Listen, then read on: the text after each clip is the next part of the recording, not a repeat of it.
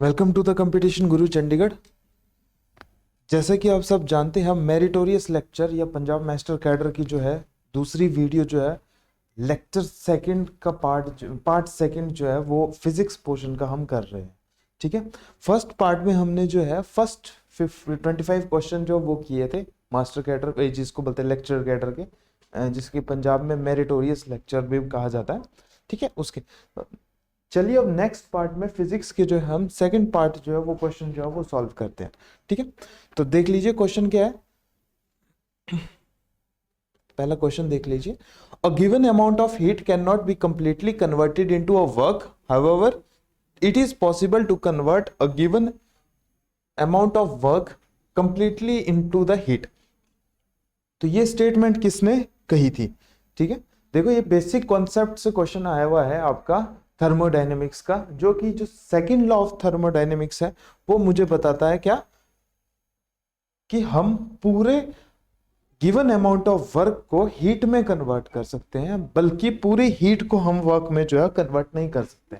इसी से ही Carnot heat engine cycle में एफिशिएंसी जो है वो उसमें तो मैक्सिमम 1% आती है for real gas, ideal gas, but real gas में एक्चुअल में वो 100% के बराबर एफिशिएंसी पहुंचती नहीं है। ठीक है, आ जाइए अब नेक्स्ट क्वेश्चन पे चलते हैं। तो वो है मेरे पास classical partition function z it is given by. देखो क्लासिकल पार्टीशन फंक्शन क्या होता है? Partition function it is equal to sum of energies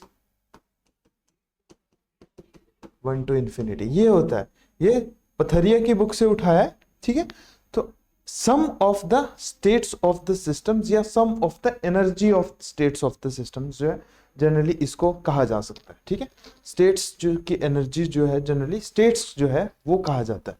ठीक है, चलिए नेक्स्ट क्वेश्चन पे चलते हैं। वो क्या है मेरे पास? The energy of a free particle is confined to a cubical box is given by. जो बॉक्स की 1 डायमेंशन की एनर्जी है वो कितनी है? h cut square upon 2m l square if the length, here h cut is equal to h upon 2 pi। ठीक है, तो h cut square कितना हो गया मेरे पास? h square upon 4 pi square, यही हुआ। तो जब मैं इसको डालूं फॉर 1 डायमेंशन के लिए, ये कितनी हुई? n square pi square into H square upon 4 pi square upon 2m l square. Pi square से पाई स्क्वायर कैंसिल हो गया, तो ये कितना है? n square into H square upon 8m l square. ये ही एनर्जी फॉर द 1 डायमेंशन। अगर वही एनर्जी मेरे को 2 डायमेंशन के लिए निकालनी पड़े तो वो कैसे करते हैं कैलकुलेट? वो होती है E nx ny। एनर्जी हमेशा क्या होगी? ऐड, तो H square upon 8m l square जो है आपके पास क्या आ जाएगा बाहर? ये n वाला फैक्टर है ना, ये होते हैं ऐड वाई स्क्वायर इस तरफ। सिमिलरली फॉर 3 डायमेंशन के लिए क्या हो जाएगा?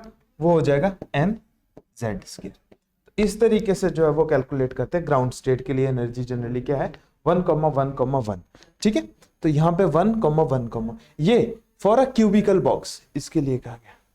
अगर लेंथ जो इक्वल नहीं दी होती तो यहाँ पे एल स्क्वायर की जगह upon L upon L upon L, तो वो ऑप्शन होता। तो ये ऑप्शन जो है मेरे पास करेक्ट है। एनर्जी हमेशा ऐड होती है और वेव फंक्शन जो है हमेशा क्या होते हैं? मल्टीप्लिकेशन में होते हैं। ठीक है, चलिए नेक्स्ट क्वेश्चन पे चलते हैं। वो क्या कहता है? The partition function of a single gas molecule is z alpha, the partition function for n such molecule interacting is given bye. इसका पार्टीशन फंक्शन कितना होता है? इस तरीके से। ठीक है, तो मेरे पास जो है ये ऑप्शन जो है वो करेक्ट होता है। ठीक है, पार्टीशन फंक्शन एनर्जी बोला था तो n फैक्टोरियल जो है इसमें साथ में नीचे आ जाता है। ठीक है, तो इस तरीके से कैलकुलेट करते हैं। अगला क्वेश्चन, ये भी स्टेट, पिछला क्वेश्चन जो है वो भी स्टेट से था। नेक्स्ट क्वेश्चन क्या है? The total number of accessible state in n state for the spin half particle. For spin half के लिए ये भी मेरे पास थर्मोडायनेमिक्स का क्वेश्चन है, तो 2 raised to power n, 2 raised to power n कौन सा ऑप्शन है? Is the correct option. ये आंसर जो है मेरे पास है। ये सारे क्वेश्चन आपके स्टैटिस्टिकल मैकेनिक्स से पूछे गए हैं। ठीक है, स्टैटिस्टिकल मैकेनिक्स वाला पार्ट कल जो हमने किया उसमें मैक्सिमम क्वांटम था। ठीक है, आज वाले में क्या है? मैक्सिमम स्टैटिस्टिकल वाला पार्ट है। तो देखो, the number of a phase space of a 10 rigid diatomic molecule. Diatomic molecule के लिए देखो डिग्री ऑफ फ्रीडम कितना आता है, डायटोमिक मॉलिक्यूल के लिए डिग्री ऑफ फ्रीडम है 5, 3n माइनस के, विच इज डायटोमिक मॉलिक्यूल इस तरीके से 5, ठीक है। फेज स्पेस होता है h की पावर 2f, 2f क्यों, h की power f for momentum space, h की power f for the position space. तो मेरे पास कितने पार्टिकल के लिए बोला गया है, 2 इंटू 5 करूं तो h की पावर कितनी होगी 10, फॉर 10 पार्टिकल्स के लिए करूं तो वो कितना होगा 10 into 10 which is equal to 100। इस तरीके से कैलकुलेट करते हैं इन ऑप्शंस को, ठीक है। चलिए नेक्स्ट क्वेश्चन करते हैं। नेक्स्ट क्वेश्चन क्या है, the density of energy of state for the energy of state for 2 dimensions. Question में गिवन था for 2 dimensional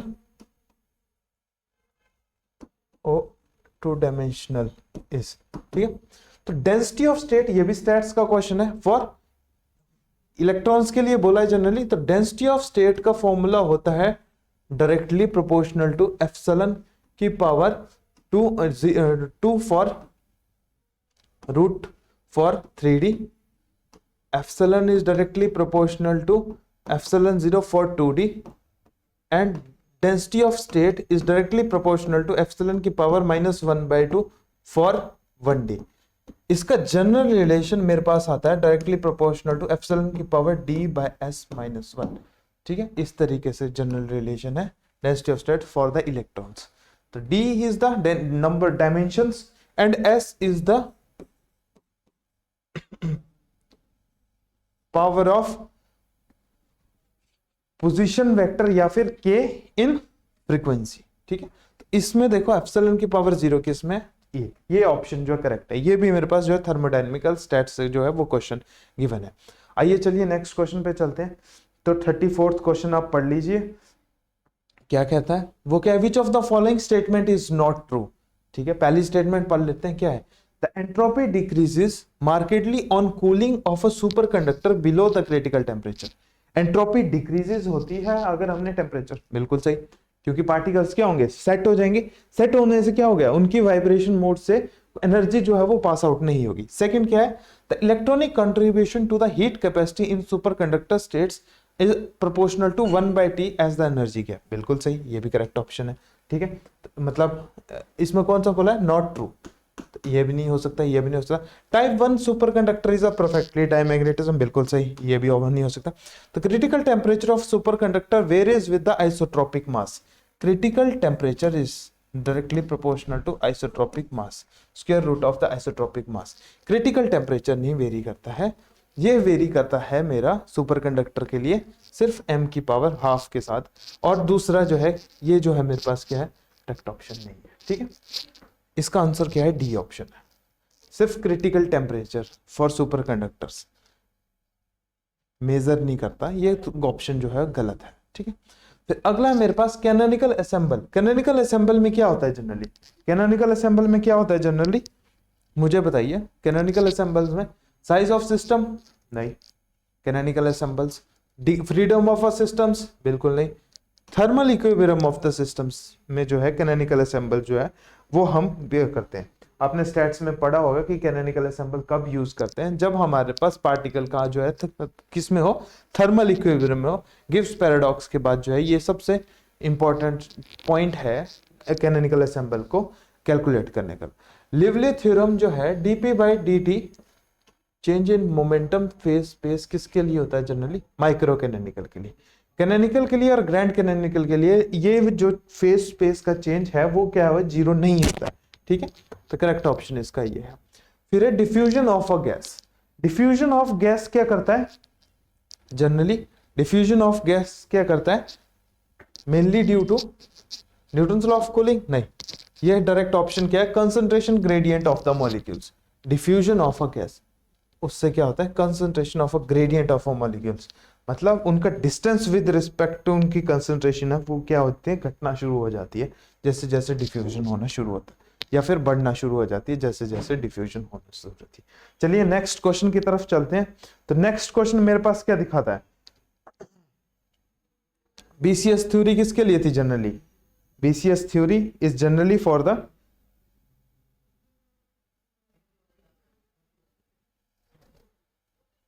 week coupling, strong coupling, both weak and strong coupling, और या फिर सेमीकंडक्टर्स। बताइए जरा, आप क्वेश्चन पढ़ सकते हैं, फिर मैं आपको बताता हूं अगला। वो है मेरे पास एक और, आप क्वेश्चन पढ़ लीजिए फिर मैं आपको बताता हूं।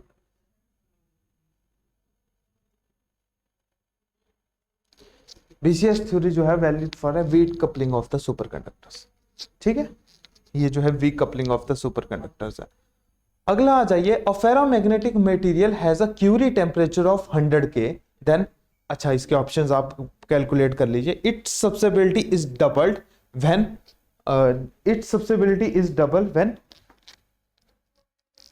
It grows from the temperature, ये, या फिर all the atomic magnetic is get oriented in the same direction above the 100 K, या फिर ये ऑप्शन, या फिर the plot of inverse susceptibility varies with temperature as a linear slope of TC, या फिर ये लास्ट के है the plot of its susceptibility varies with the temperature is linear with the interception of the TC. तो D option. तो इन D में से कौन सा ऑप्शन जो है वो करेक्ट ऑप्शन है, आप मुझे बताइए। ठीक है, इसको कैलकुलेट करके आप बताइए। जनरली फेरोमैग्नेटिक मटेरियल के लिए क्या होता है, the plot of inverse susceptibility varies with the linear with the slope of the TC, या फिर varies versus temperature varies with the, तो मेरे हिसाब से तो ये ऑप्शन जो है वो उसका करेक्ट ऑप्शन होना चाहिए। ठीक है, वेरीज विद द टीसी। ठीक है, चलिए नेक्स्ट क्वेश्चन पे चलते हैं। और superconducting ring is cooled in the presence of a magnetic critical temperature, the total magnetic flux passes through the ring. देखो, total magnetic flux passes through the ring, तो एक तरह से कितने रिंग होगा, 0। आप जैसे सुपर कंडक्टर्स में सोलेनोइडल का केस डिस्कस करते हो ना, सोलेनोइडल के बीच में क्या होता है, जो मैग्नेटिक फील्ड जो है वो पास नहीं होती है। सिमिलरली इसमें भी जो है बीच से जो है वो मैग्नेटिक फील्ड क्या होगा, पास नहीं होगी। ठीक है, फिर उसके बाद आ जाओ मेरे पास एक अगले क्वेश्चन पे, वो है मेरे पास 40। ठीक है, 40 क्या बोलता है, the temperature dependence of the magnetic susceptibility Xi of a ferromagnetic substance with the Curie temperature it is given by. देखो, क्यूरी टेम्परेचर के लिए फेरोमैग्नेटिक के लिए मटेरियल के क्या होता है, C जनरली कितना होता है, फेरोमैग्नेटिक के लिए क्या होगा, C/T - Tc। ये ओरिजिनल कंडीशन जो है कब, T इज ग्रेटर से, ये होता है फेरो के लिए। पैरा के लिए क्या होगा, जो मैंने पीछे बताया था C/T, पैरा के लिए बताया था, ये वाला कहां गया वो क्वेश्चंस, पैरा के लिए, पैरा के लिए, पैरा के लिए, ये वाला इस कंडीशन में बताया था मैंने, 39 का क्या था। तो पैरामैग्नेटिक के लिए क्या है मेरे पास, ये जो है पैरामैग्नेटिक के लिए, इसमें बोला क्या है, फेरोमैग्नेटिक मटेरियल। फेरोमैग्नेटिक मटेरियल होता है T - Tc, तो मतलब इसकी मैग्नेटिक सब्सिबिलिटी क्या होगी, डबल। तो ये वाला ऑप्शन नहीं है, इसका करेक्ट ऑप्शन है, करेक्ट ऑप्शन है ये 39 का। ठीक है, फिर आ जाइए आप इसमें 40th क्वेश्चन में, तो इसके लिए ये वाला बी ऑप्शन जो है वो मेरे पास क्या होगा, करेक्ट ऑप्शन होगा। ठीक है, तो आ जाइए नेक्स्ट क्वेश्चन पे, वो क्या है, consider a X-ray diffraction for the crystal with a face center lattice, the lattice for which no diffraction pattern of the peak is valid। तो वो कब आता है मेरे पास, आप कैलकुलेट कर लीजिए। वो मेरे पास आता है जब मेरे पास 2 1 2 ये वाले ऑप्शन जो है ऑड, आइदर या फिर होने चाहिए सभी इवन या फिर सभी होने चाहिए ऑड। ठीक है, तो ऐसा ऑप्शन मेरे पास ओनली जो है वो ए ऑप्शन है, जिसमें क्या ऑड और इवन जो है वो कनेक्ट नहीं है। ठीक है, इस तरीके से। फिर the ratio of C/A ratio of ideal hexagonal close packing, hexagonal close packing का रिलेशन होता है जनरली ये वाला √A/3 C/A रेशियो का। ठीक है, A और C में रेशियो होता है जनरली, जो C रेशियो है वो होता है 8/3 × A। C/A रेशियो कितना होगा, 8/3। ये जो है मेरे पास करेक्ट ऑप्शन है। ठीक है, अगले क्वेश्चन पे चलिए। तो वो क्या कहता है, the dielectric constant of a magnetic materials optical frequencies are mainly due to. तो डाइलेक्ट्रिक मटेरियल में है वो किस में होता है, आयनिक से होगा, इलेक्ट्रॉनिक से होगा, डाइपोलर से होगा या फिर आयनिक पोलर से होगा। तो वो मुझे बताइए। डाइलेक्ट्रिक में क्या होता है, जनरली आयनिक पोलराइजेबिलिटी होती है। डाइलेक्ट्रिक कैसे करते हैं, जब हम किसी मटेरियल को 2 कैपेसिटर के प्लेट्स के बीच में डालते हैं, फिर हम जो इलेक्ट्रिसिटी प्रोड्यूस करते हैं। ठीक है, वहां से पता लगता है हमारे को कि करंट के फ्लो की डायरेक्शन इससे क्या है, तो वो जनरली किससे होगी, आयनिक पोलराइजेबिलिटी से होती है जनरली, ठीक है, मटेरियल की। चलिए नेक्स्ट क्वेश्चन पे चलते हैं, वो क्या है, in insulating solid which one of the following physical phenomena is consequences of the Pauli exclusion principle. Pauli exclusion principle के लिए सबसे करेक्ट फॉर्मूला वो मेरे पास क्या है generally, Hund's rule of multiplicity, क्या एक स्पिन वाला पार्टिकल जो है एक डायरेक्शन में ही आ सकता है, तो वो क्या बताता है, पैरामैग्नेटिज्म। पैरामैग्नेटिज्म में क्या है, सारे स्पिन जो है वो इस तरीके से। फेरो इलेक्ट्रिसिटी सेम लाइक कॉन्सेप्ट। आयनिक कंडक्टिविटी में तो आयंस की बात होगी, तो वो उसमें तो पॉलीजन एक्सक्लूजन प्रिंसिपल लग ही नहीं पाएगा, ठीक है।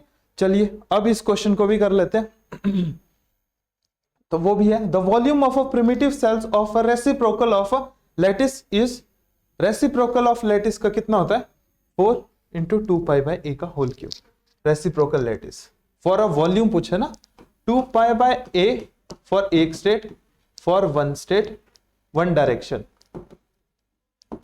फॉर 3 डायरेक्शन के लिए कितना हो गया, 2 पाई बाय ए इंटू का whole cube, 2 pi by a का होल क्यूब, तो 4 अपॉन जो है वो वाला ये वाली चीज जो है वो मुझे यहाँ पे दिखाती है। चलिए नेक्स्ट क्वेश्चन पे, which of the following statements about the superconductor is not true. Superconductor के लिए देखो, type 1 superconductor completely diamagnetic, done. Type 2 superconductor exhibit Meissner effect up to the second critical magnetic field.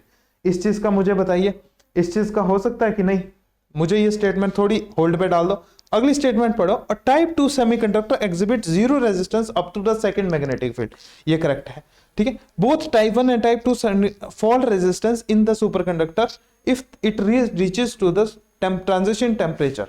तो इसका सिर्फ ये true नहीं हो सकता है, जो सुपरकंडक्टर जो है वो मिजनर इफेक्ट जो है अप टू मैग्नेटिक फील्ड जो है वो शो करा रहा है, ठीक है।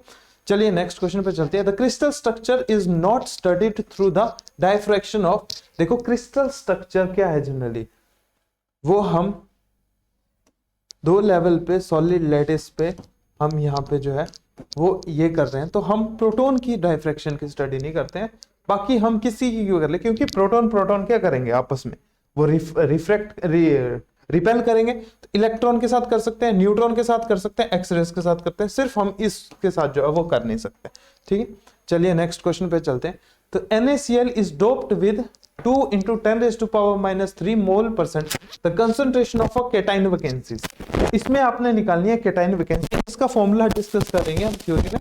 जनरली इसको जो है 12.04 into 10⁻⁴ पर मोल जो है केटाइन वैकेंसी का फॉर्मूला है, तो उसको कैसे कैलकुलेट करते हैं, जो ये 2 into 10⁻³ है परसेंटेज, मोल परसेंटेज है, इसको हम कैलकुलेट करेंगे नंबर ऑफ मोल्स के साथ, नंबर ऑफ मोल्स का बाद में जो है डिवाइड करेंगे एवोगैड्रो नंबर से, वहां से हमारे पास ये क्वेश्चन का आंसर जो है वो आ जाएगा, ठीक है। चलिए फिर एक लास्ट क्वेश्चन चलते हैं इस सीरीज का, फिर जो नेक्स्ट क्वेश्चन होंगे वो अगले पार्ट में करेंगे, डाउट हो तो आप पूछ सकते हैं। The point defect in the crystal can be introduced by point defect. Point defect कौन से डिफाइन करता है, थर्मल वाइब्रेशन भी कर सकता है, फास्ट कूलिंग ऑफ स्पेसिमेन भी कर सकता है, या फिर फास्ट कूलिंग और कास्ट ऑफ फास्ट हीटिंग भी कर सकता है। तो सारे फैक्टर जो है एक तरह से क्या करते हैं, पॉइंट डिफेक्ट शो कर सकते हैं। पॉइंट डिफेक्ट जनरली क्या हुआ, देखिए एक एटम का स्ट्रक्चर मेरे पास इस तरह से है लैटिस और वाइब्रेशन में, ठीक है। पॉइंट डिफेक्ट का मीन्स है कि इसमें से कोई एक एटम जो है मिसप्लेस हो गया अपनी पोजीशन से, उसका मिसप्लेस होने का कारण क्या हो सकता है, थर्मल वाइब्रेशन। वाइब्रेशन से क्या होगा, ये बॉन्ड टूट सकते हैं, ठीक है। Second fast cooling, fast cooling से क्या हुआ, वो एकदम से सेटल हो जाएंगे, ये सारे बॉन्ड जो है वो आपस में टूटना शुरू हो जाते हैं, वो तो सेटल होना शुरू हो जाते हैं। Third fast cooling and fast heating, fast heating से क्या हुआ, ये बॉन्ड एक्सपेंड होना शुरू हो गए, एक्सपांड होने से क्या होंगे, ये दोबारा टूटना शुरू हो सकते हैं, तो ये अपनी जगह से मिसप्लेस हो सकते हैं, तो उस प्रोसेस को बोलते हैं पॉइंट डिफेक्ट। इस तरह से हमने जो है 25 to 50 जो है इस पार्ट में किए, और 50 से 75 जो है हम नेक्स्ट पार्ट में, ठीक है।